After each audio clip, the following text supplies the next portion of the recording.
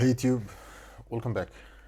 Today is our I guess 10th video or 11th video of our series of designing a rate limiter. Today our first video in the design deep dive. We will just try to let me scroll. So basically today we're starting into a deep design. This one will be white, and we will just delete this high level architecture. And basically, if you didn't watch basically the previous videos, I highly recommend to watch them. However, if you watch the previous videos and you're not remembering what we have discussed, I'll just make a quick overview of everything, so you'll make sure that you're not left out. And after that, we will going to talk about the deep dive. Specifically, we will talk about the rules and the headers basically.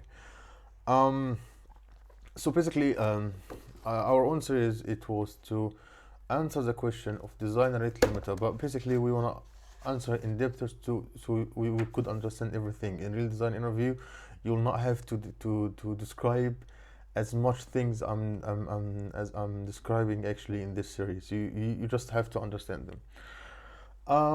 Basically, each system design interview, as we always use this time, just start with a vague question like design rate limiter, design Facebook, design YouTube, design Twitter. And basically our job as an interviewee is to make sure that we are getting the clarifications and ask as many questions as possible, so we understand the problem and know the requirements, so we will design the right things, because we only have 45 minutes. So basically we want to design the things that the interviewer wants us to design. And basically, to handle this, we come with the formula that we first just understand the problem. Second, we propose a high-level design. After that, we get a deep dive, and after that, we wrap up everything up. Maybe before that, we go to some optimization. So into the first thing that we said all the time, that we want to ask from 5 to 10 questions to make sure that we're understanding the problem. So basically, for this one, we understand about what specific type of rate limiting are we designing, and it's an API one. Okay, so does the rate limiter basically work with users or just IP address? No, it just be the limit should be flexible, so it will work with both. What is the scale basically, if you want to do it distributed system or not? Yes, it's a distributed system. Okay, so should the rate limiter respond to the user that been blocked? Yes. So basically, and also the last one are there any performance or latency requirements needed? And basically, the rate limiter should have super low performance, because we don't want to load the HTTP request. So basically, all of these questions that we ask, so we can know the functional requirements and non-functional requirements.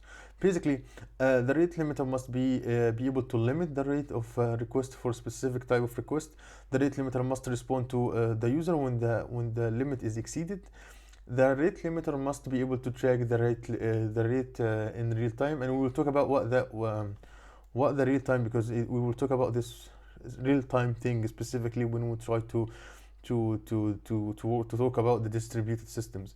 The non-functional requirements to be: the rate limiter must be high available, the rate limiter should have low latency, and also should have high fault tolerance. That means basically when we have the rate limiter got error, or just was filled down or something like that, the server will continue work.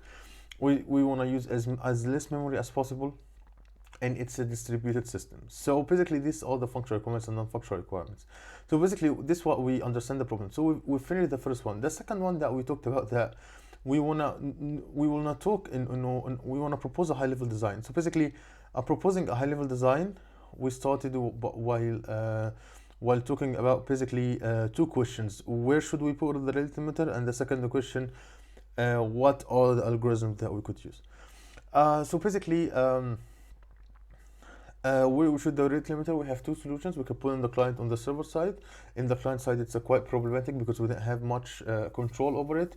In the server side, we have two solutions to put in the server side. We can put it as in the API gateway, if our application backend application distributed backend application is using the microservices architecture. We can put it in the API gateway if our application doesn't support it, or the technologies doesn't support it. We just implement it with the API servers. And after that, we talked about the algorithm, the token bucket, the leaking bucket, and the fixed window counter, sliding window log, and sliding window counter. And we talk with each one with the pros and cons. And basically, there is no one is better than the other.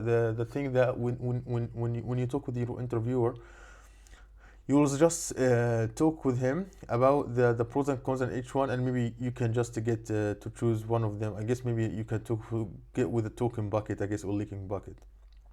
And basically also the sliding window counter, like these three things. I guess these three things that we could choose from. And basically I will not go into these to them because we have videos talking about them, so you can just review the video, but just know that we have these 5 algorithms. And after that, we talked about okay, we know how we store it, where do you put the rate limiter, and basically what are the algorithms that we could use. And after that, we talked about, okay, where should we store the counter and how we track it. So basically we said about that we have 2 solutions to do that. The first one is to use basically we could use a database, a SQL or NoSQL database, and basically it wasn't that good because it will take a time, and the latency, our application requests really super low latency. So basically if we have this, the latency will be quite much bigger. So we decided to go with the Redis.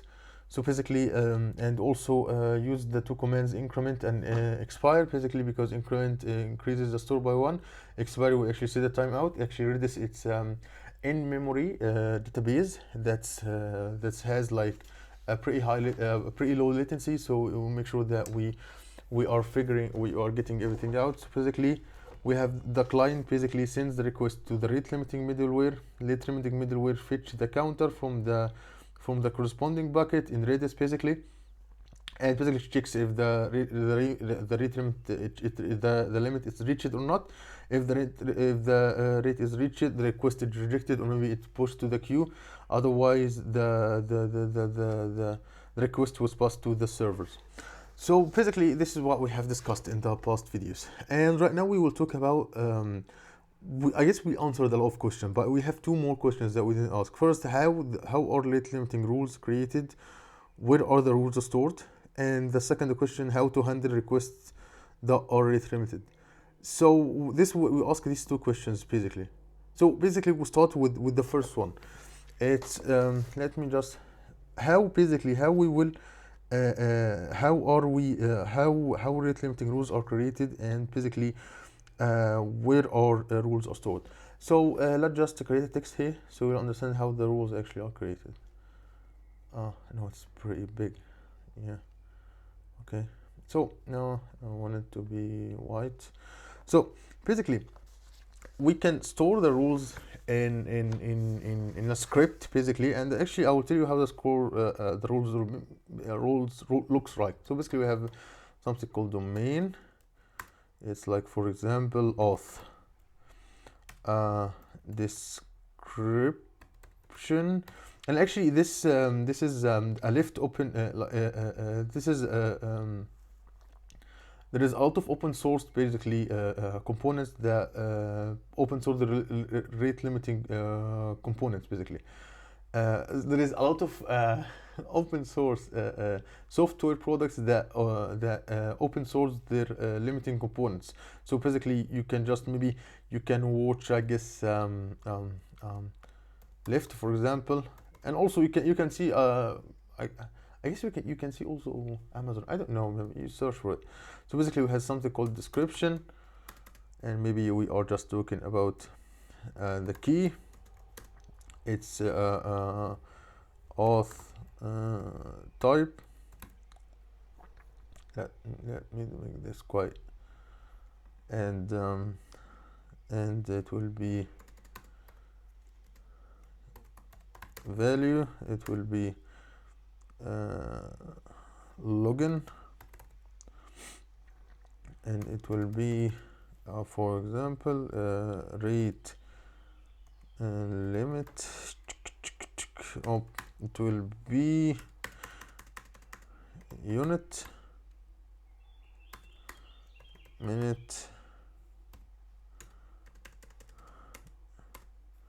and request per unit request per unit, it will be 5. So this is basically this is a rule actually that shows that the client basically are allowed to log in. They are not allowed to log in more than 5 times per minute basically. And we can add another one. We can just add another one, but let's just give it a different, okay, it has different types, so it will be let's say let's also domain, it will be, let's say messaging, let's say description also,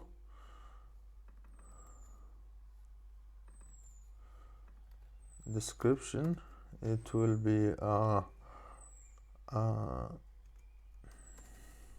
key, key, just 1 minute, key, it will be message type, oh no, yeah, okay, let's just assume it's like that, message type, and the value is let's say marketing, and the rate limit, it will be we have also the same thing, it will be unit, it will be day, and I will say request per unit also, let's make it 10, and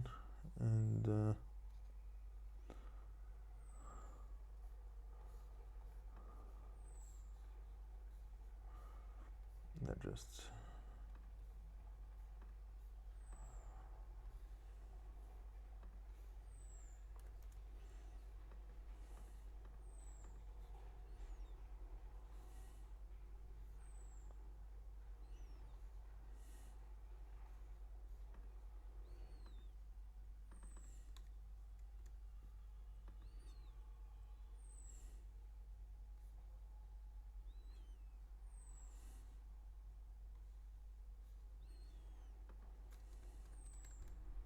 okay, and let's just add, so basically this other one, it's basically in this example, in this one, basically we are the system actually basically we have a maximum 5 marketing messages per day, 10, sorry, it's 10, we have maximum 10 messages per day. So basically this is how we create the actual rules, and actually the and we store it in the script, and basically that's it. And basically we ask in the second question is basically it's how the rate limiting actually exceeded. So basically in case the request is limited, I guess that we just let me just type something here. Basically in case the no, what is the, okay, in case the request basically is limited, I guess we will send 1 minute.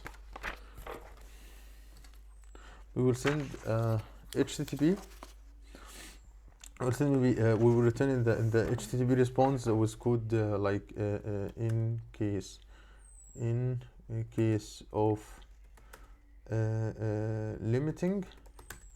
Basically we will send the request of like HTTP request of 429, and basically it's means too many requests to the client. Basically depending on the use cases, we may enqueue the rate limit request to process later maybe, or for example basically if we have maybe like some orders that are rate limited due to like system overloads, maybe in Amazon I'm making the order, we can't reject orders, so basically we keep those orders in the queue, and yeah, that's it. Or maybe we can just drop it directly, it depends on the importance of the actual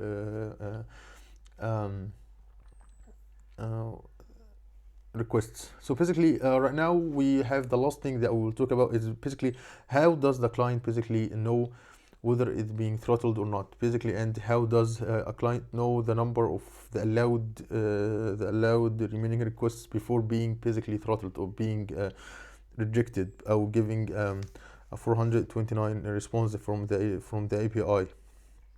Basically, the answer, I guess, lies basically we can put headers in the HTTP. So basically, we to inform, I would say that basically to inform the client, basically we will basically put headers.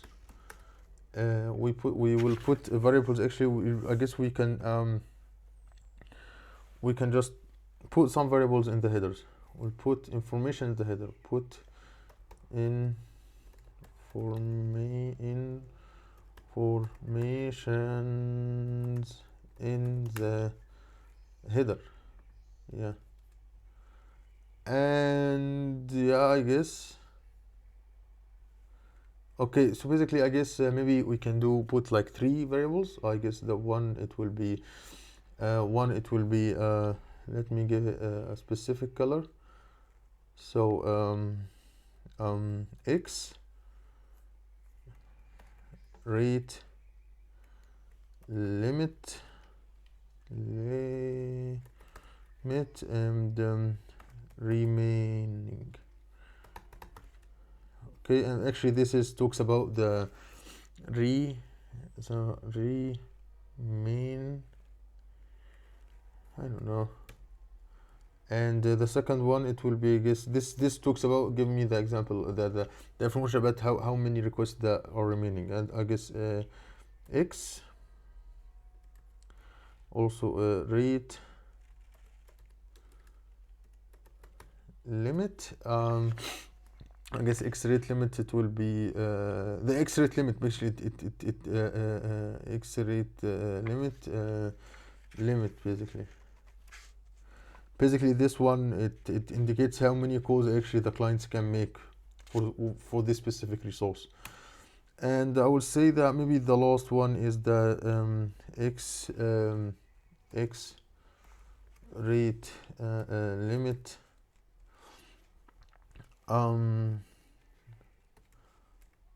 retry after. And basically this is the number of seconds or like days or hours or whatever it will be, the numbers of units basically that you can wait for them and to request again without being throttled again. Basically, when a user has too many requests, we send to him like the HTTP response was a 429, too many requests, and we send him the X rate limit after X retry after, and basically that's it. And I guess that's it for today's video. And I guess in the next video we will go into the detailed design in the next video, and after that we will talk maybe about the race condition and the synchronization issue, and maybe after that we can talk about the performance optimization and the monitoring. I guess maybe you have maybe more 4 videos in total, and we finish all of that series actually. So yeah, this is it for today's video, and hope that you like my solution. And yeah, if you like my content, make sure to subscribe, hit the notification bell so you'll never miss a video.